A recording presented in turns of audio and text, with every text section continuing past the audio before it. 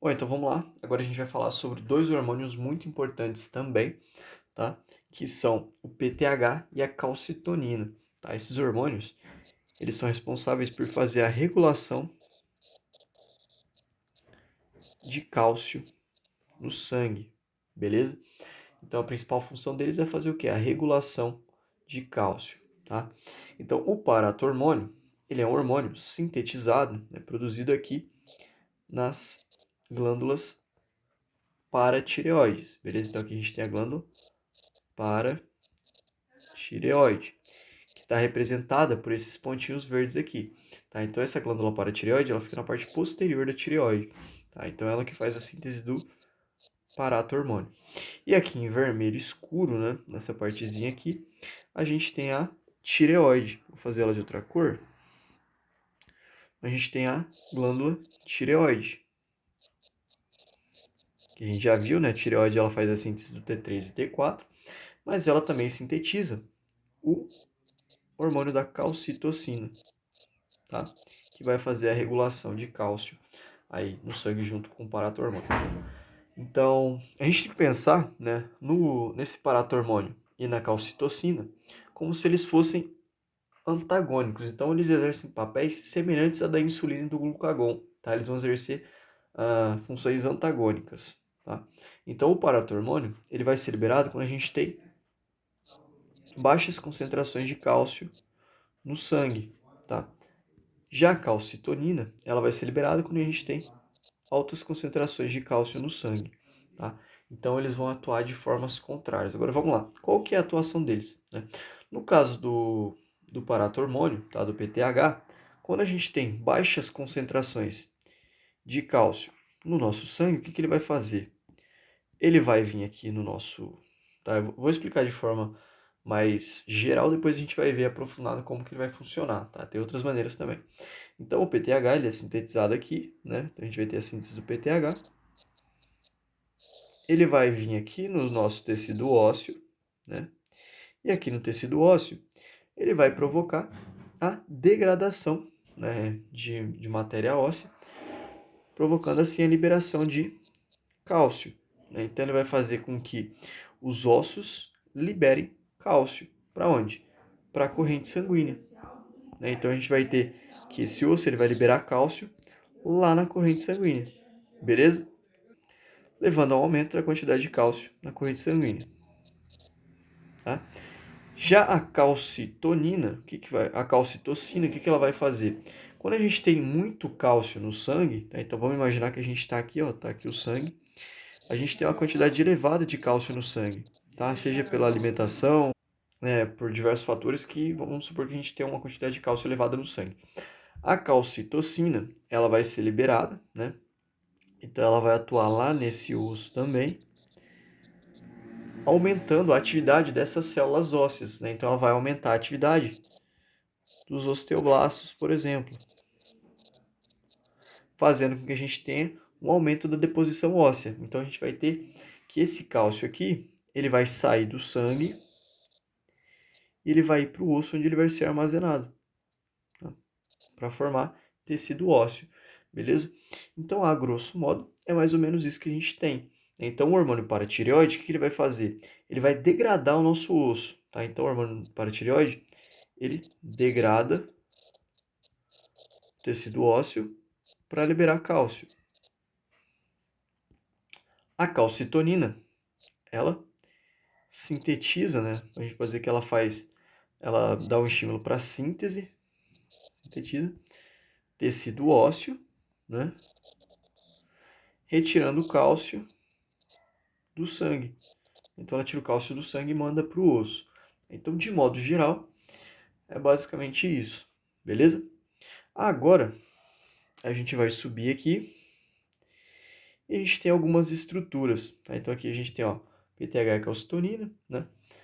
Esse quadrado aqui, ele representa o osso, tá? Então aqui a gente tem as células ósseas, tá? Esse aqui são os osteoblastos. E em azul a gente tem os osteoclastos, beleza? Aí aqui a gente tem Aqui tem uma mãozinha, né, um braço, e aqui é a pele, tá? Então isso aqui representa a pele, tá? O tecido tegumentar ali. Então aqui a gente tem, isso aqui finge que é a pele, beleza? Aqui a gente tem o nosso fígado, sempre presente aí, na maioria dos vídeos. Aqui a gente tem o rim. Lá dentro do rim a gente tem a menor unidade funcional dos rins, né? Então quem viu a anatomia do sistema urinário sabe que isso aqui é o néfron, tá? Então isso aqui é o néfron. Aqui em azul a gente tem essa célula. Então essas células aqui, elas são células dos túbulos convolutores distais, tá? Então aqui nos néfrons a gente tem uma estruturazinha, a última estrutura por onde as substâncias passam, né? Mais ou menos aqui, que são os túbulos convolutores distais, né? Que é aquelas voltinhas que o néfron dá. Então é mais ou menos assim, né? Então os túbulos convolutores distais. Então imagina que isso aqui é uma célula do túbulo convolutor distal, beleza? Então células dos tubos convolutores distais, beleza? E aí a gente também tem, deixa eu diminuir essa letra aqui que a gente vai precisar de espaço, porque tem bastante coisa aqui. Então aqui a gente tem células desses túbulos convolutores distais.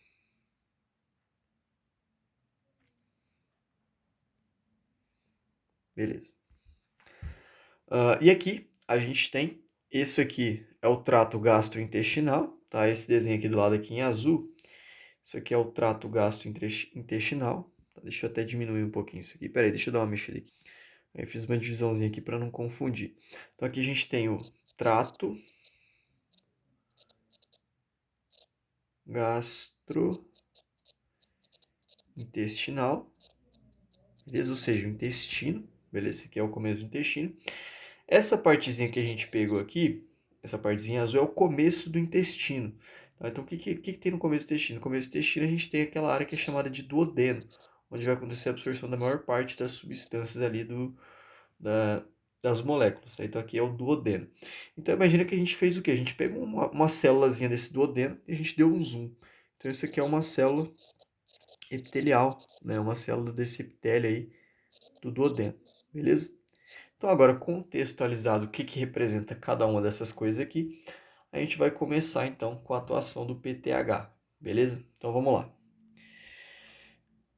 Quando a gente tem uma baixa concentração de cálcio no sangue, então isso aqui é o sangue, então quando a gente tem baixa concentração de cálcio, né, as células lá da paratireoide, elas vão sintetizar o PTH e vão jogar ele na corrente sanguínea. Então a gente tem que a célula paratireoide sintetizou o PTH e jogou ele aqui na corrente sanguínea. Uma das primeiras ações do PTH vai ser atuar nos ossos. Então, ele vai retirar cálcio dos ossos. Então, aqui a gente tem uma célula óssea, né? A gente tem um osteoblasto. O que esse PTH vai fazer? Ele vai vir aqui através do sangue, né? Vai se ligar a receptores celulares nos osteoblastos e ele vai ativar uma via, né, dentro dessa célula do osteoblasto que vai gerar a produção de um ligante. Então, o osteoblasto ele vai gerar um ligante chamado RENK. Tá?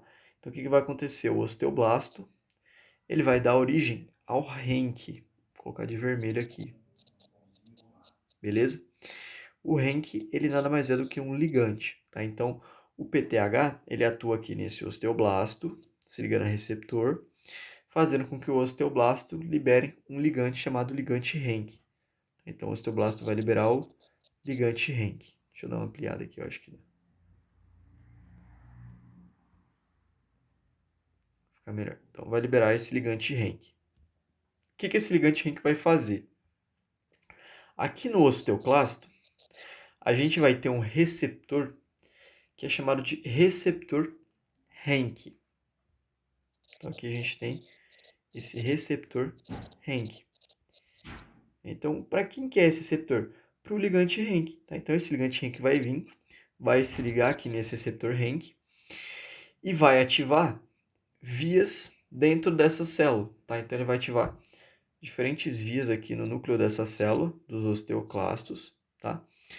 E vai fazer com que os osteoclastos aumentem a sua atividade. Então, o RENK ele vai aumentar a atividade dos osteoclastos. E o que os osteoclastos fazem? Eles degradam tecido ósseo. Então, o osteoclasto vai vir aqui nesse tecido ósseo, ele vai fazer o quê? Ele vai degradar um pedaço desse tecido ósseo, beleza? Então, ele vai retirar. Então, imagina que a gente tinha osso aqui, o osteoclasto foi lá e degradou. Deixa eu tentando riscar aqui. Então, a gente tem que o osteoclasto foi lá e degradou esse tecido ósseo que a gente tinha ali, beleza? E o que a gente tem no osso, né? Principalmente, a gente tem cálcio e fosfato, né? Então, são duas substâncias que a gente tem aí nos nossos ossos. Então, a gente tem cálcio e fósforo, né? Perdão, não é fosfato, é fósforo. Tá? Então, quando a gente tem a degradação, né? Ó, vamos lá, de novo. O PTH se ligou no osteoblasto, liberou o ligante RENK, se ligou ao receptor RENK. Aumentou a atividade dos osteoclastos que degradaram tecido ósseo, liberando cálcio e fósforo. Esse cálcio e esse fósforo, eles vão para o sangue. Então, esse cálcio ele vai para o sangue. Assim, a gente tem um aumento da concentração da quantidade de cálcio e também um aumento da quantidade de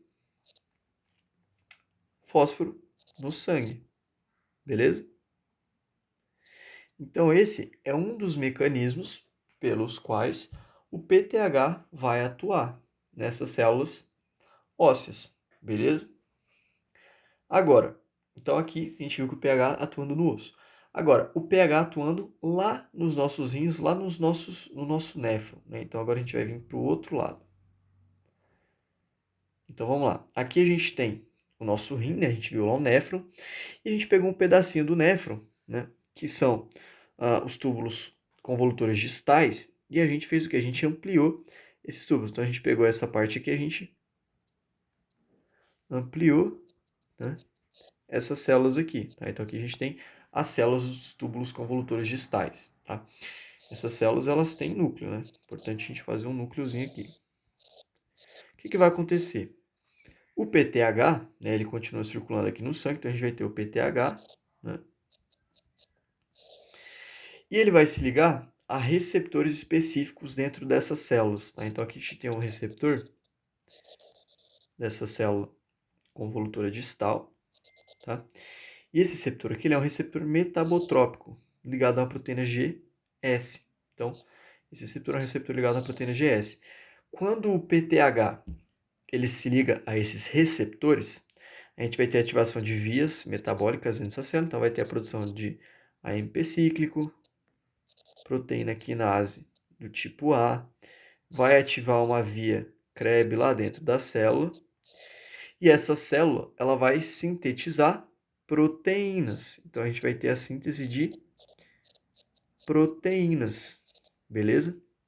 Que tipo de proteínas vão ser sintetizadas, né? Nesse caso aqui a gente vai ter uma síntese de proteínas canais, tá? Então a gente vai ter essas proteínas canais.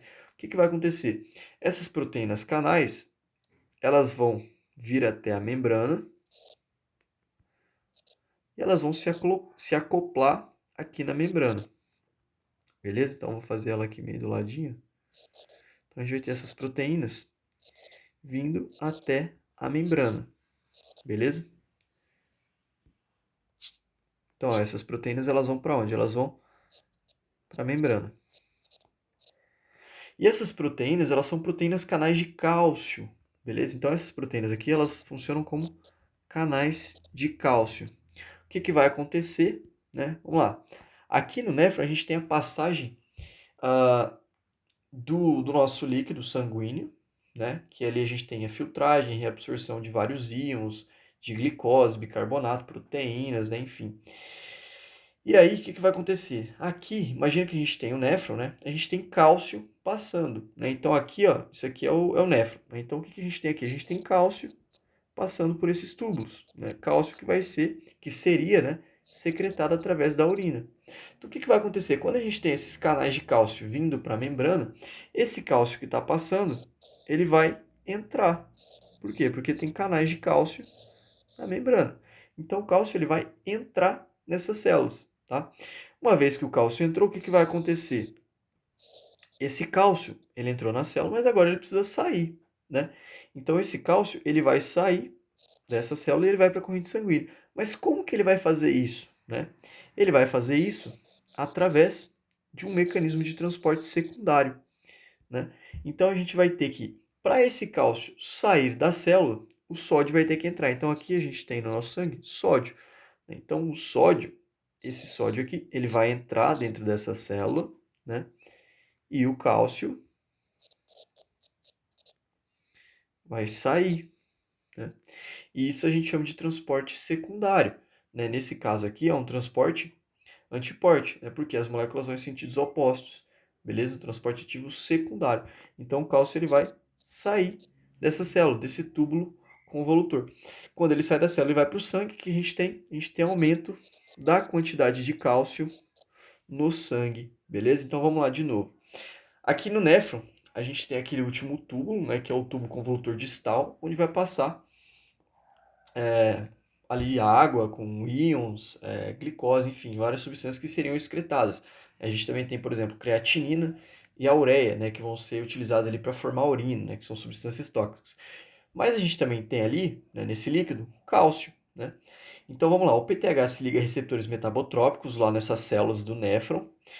Esses receptores metabotrópicos ligados à proteína GS vão ativar várias vias, né, que vão levar à síntese de proteínas. Essas proteínas são proteínas canais de cálcio que vão para a membrana. Quando o cálcio passa, ele entra nessas células, né, e aí ele vai sair, né, através de um transporte secundário. Então entra o sódio e sai o cálcio. E o cálcio, assim, ele vai para a corrente sanguínea, aumentando a quantidade de cálcio na corrente sanguínea.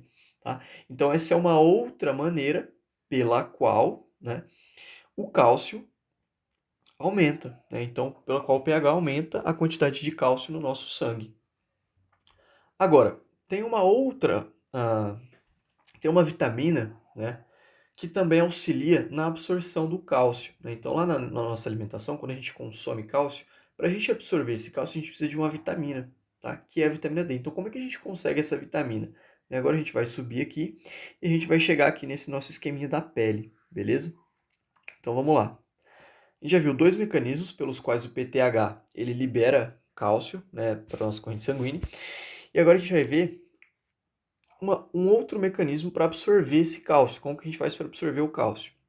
Então aqui a gente tem a pele, né? Então vamos lá.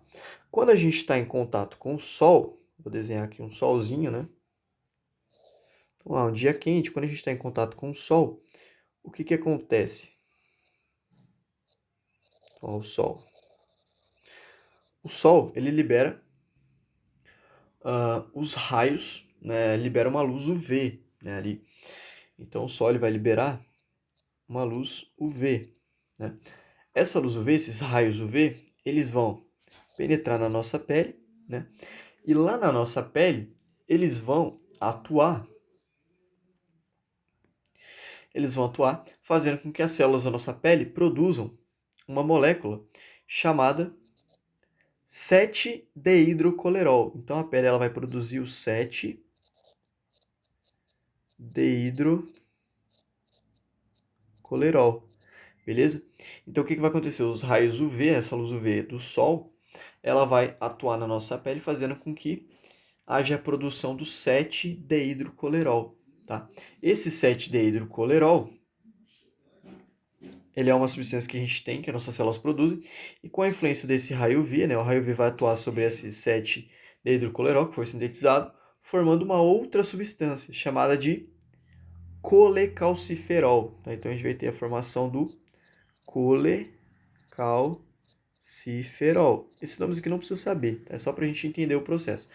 Esse colecalciferol vai ser mandado lá para o fígado, e no fígado ele vai sofrer ação de uma enzima, tá? Deixa eu dar um zoomzinho aqui. Que enzima é essa? Essa enzima é a 25-hidroxilase. Então aqui no fígado a gente tem uma enzima chamada de 25-hidroxilase, tá? Essa enzima 25-hidroxilase ela vai atuar nesse colecalciferol. Então o colecalciferol passa pelo fígado para essa enzima 25-hidroxilase e ela vai transformar esse colecalciferol em uma outra molécula chamada 25 hidroxicolecalciferol, beleza? Calciferol. Então, o colecalciferol passa pela 25-hidroxilase, que transforma ele em 25-hidroxicolecalciferol. Esse 25-hidroxicolecalciferol, agora ele vai lá para o rim, e no rim ele vai passar por ação de uma outra enzima, tá? Essa enzima aqui, ela é chamada de 1-alfa-hidroxilase, tá? Então vai passar pela ação da enzima 1-alfa-hidroxilase. Essa enzima 1-alfa-hidroxilase vai transformar o 25-hidrocolecalciferol em 1,25-dihidroxicolecalciferol. Então a gente vai ter a formação do 1,25-dihidroxicolecalciferol. Tá?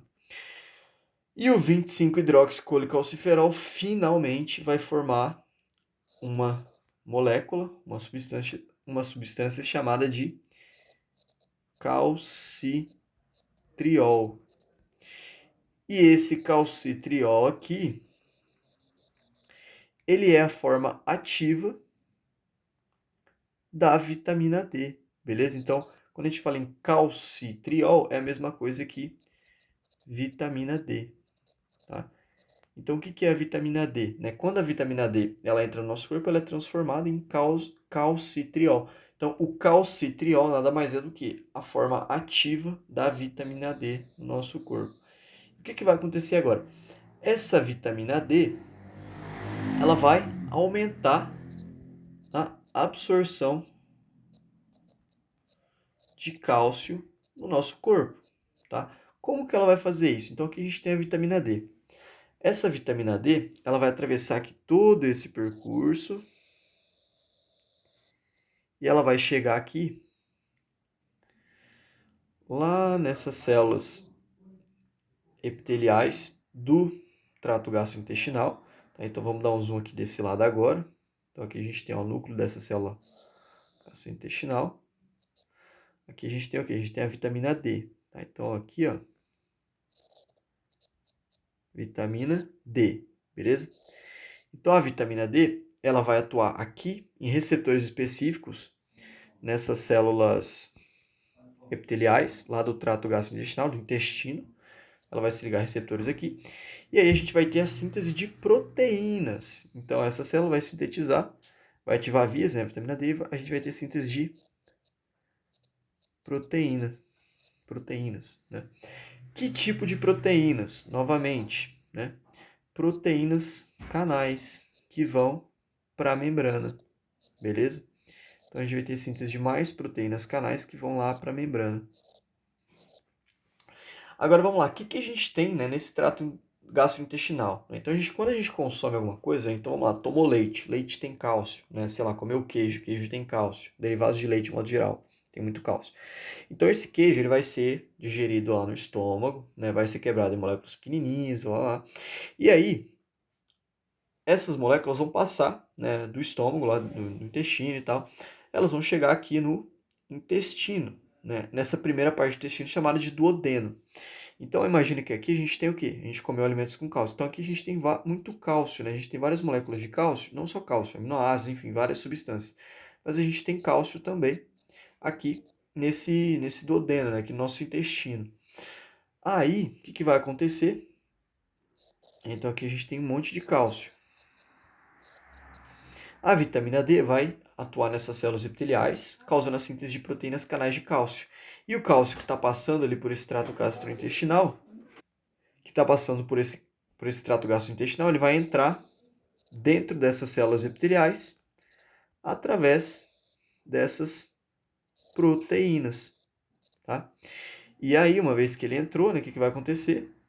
Esse cálcio, ele vai para o sangue, beleza? Então, a gente vai ter que esse cálcio, ele vai para o sangue. Assim, a gente tem um aumento da quantidade de cálcio no nosso sangue, beleza? Então vamos lá, a atuação da vitamina D. Então a vitamina D ela foi sintetizada lá, né, através da pele. Então entrou lá, luz do sol, passou por vários processos, passou pelo fígado, passou pelo rim, virou calcitriol, forma ativa, né? Esse calcitriol, a vitamina D, ela vai atuar aqui nessas células epiteliais lá do nosso intestino, né, ali na região do duodeno, levando à síntese de proteínas canais de cálcio. Aí o cálcio vai entrar através dessas proteínas, o cálcio estava passando aí pelo intestino, ele vai ser absorvido. Então a gente vai ter o quê? A absorção desse cálcio. Vai absorver o cálcio, beleza? E esse cálcio que foi absorvido vai ser mandado lá para o sangue, aumentando as quantidades de cálcio no nosso sangue. Beleza? Então, a gente viu 3 mecanismos para aumentar o cálcio no nosso sangue. Beleza? 2 do PTH e 1 da vitamina D. Muito da hora isso. Agora, vamos lá. A gente viu 3 mecanismos para a gente aumentar a quantidade de cálcio no sangue. Né? Então, a gente conseguiu aumentar a quantidade de cálcio no sangue. Agora, vamos imaginar uma outra situação. Né? Vamos imaginar que agora, né, você consome muitos alimentos ricos em cálcio e muita vitamina D. Então, você absorve muito cálcio. Quando a gente tem uma quantidade muito alta de cálcio no sangue, né, então vamos supor que eu tenho muito cálcio no sangue, está sobrando cálcio. Né? Qual hormônio que a gente tem? Né? Então, o PTH ele é ativado quando a gente tem pouco cálcio no sangue. Quando a gente tem muito cálcio no sangue, a gente vai ter a liberação da calcitonina. Né? E o que a calcitonina vai fazer? Como que ela vai agir? A calcitonina, basicamente, ela vai atuar aqui regulando a ação dos osteoblastos e osteoclastos, tá? Então, a calcitonina, o que ela faz? Ela funciona como se fosse uma balança, tá? Então, aqui ó, a gente vai fazer o quê? A gente vai fazer uma balança, né? Quando os níveis de... Quando a atividade dos osteoblastos e dos osteoclastos ela está equilibrada, a gente não tem nem muita degradação, nem muita síntese de tecido ósseo. Né? Agora, quando a gente tem muito cálcio no sangue, o que vai acontecer? A calcitonina ela vai vir aqui, né? Ela faz essa balancinha, ela vai fazer isso aqui na balancinha. Ó. Ela vai fazer isso aqui, ó. Ela vai virar essa balancinha. Tá? Então aqui, imagina que a gente tem os osteoblastos e aqui a gente tem os osteoclastos. Tá? Então o que ela vai fazer? A calcitonina ela vai inibir a ação dos osteoclastos. Então ela inibe a ação dos osteoclastos, beleza? E o que ela faz? Ela estimula, ela aumenta, né? Ela vai estimular. Deixa eu colocar nenhum. Ela vai estimular, ela vai aumentar a ação dos osteoclastos. Né? Então, o que a gente vai ter? A gente vai ter justamente o desequilíbrio dessa balancinha aqui. Então, a gente vai ter o osteoblasto trabalhando muito, né? E a gente vai ter o osteoclasto trabalhando pouco, osteoclasto inibido. Ou seja, o que vai acontecer aqui nesse caso? Esse cálcio aqui, a gente sabe que o osteoblasto, o que ele faz? O osteoblasto, ele deposita matéria óssea, né? Ele produz colágeno, produz substância, né, óssea e manda pro osso, né? Forma tecido ósseo. Então, esse cálcio aqui, o que vai acontecer com ele? Esse cálcio, ele vai sair do sangue e ele vai ser utilizado por esses osteoblastos. Para quê? Para sintetizar matéria óssea. Né? Então, a gente vai ter aqui os osteoblastos fazendo a deposição, fazendo a síntese de matéria óssea. Tá? Então, esse cálcio que estava em excesso na corrente sanguínea ele vai ser absorvido, né, pelos ossos. Né? Então, os osteoblastos, como que isso acontece? Através da calcitonina, né, que vai desregular essa balancinha, estimulando o osteoblasto, inibindo o osteoclasto, fazendo com que a gente vai ter menos degradação. Então, a gente tem menos degradação, beleza? A gente vai ter menos perda de tecido ósseo, a gente vai ter mais síntese. Então, vai aumentar a síntese de tecido